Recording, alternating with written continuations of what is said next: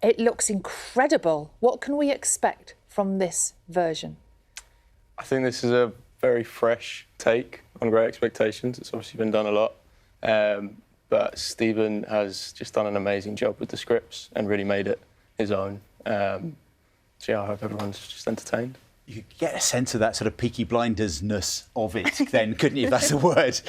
You know, the drama, the music, the pacing, the lighting, it looks very modern, despite the fact that it's an old story now.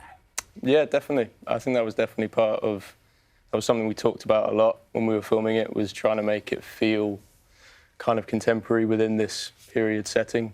So I'm glad that's come across, yeah.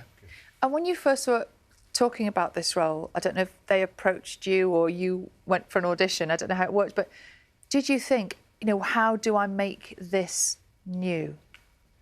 It was definitely on my mind, yeah. I think Pip is such a sort of iconic character within British, you know, within the literary world and within film and TV.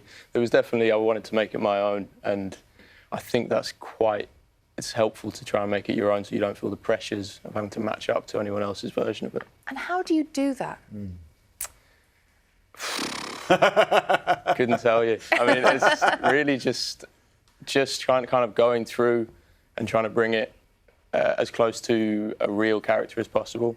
So kind of going through and mapping out the character's arc, where he stands at each point in the journey, and then giving him his own personality rather than trying to match up some kind of version of someone else's. You talk about there have been different versions before. I'm just staggered by this. There have been 28 stage, film and TV adaptations of Great Expectations, but it's one of those stories that you know, you just know the title and you want to watch it again. You'll watch a different version, yeah. Well, I hope so. I'm glad you think so. Yeah, yeah. It's got a magic about it, hasn't it? Yeah, Dickens. It definitely has, and also I guess probably what you can do is bring it to a new audience.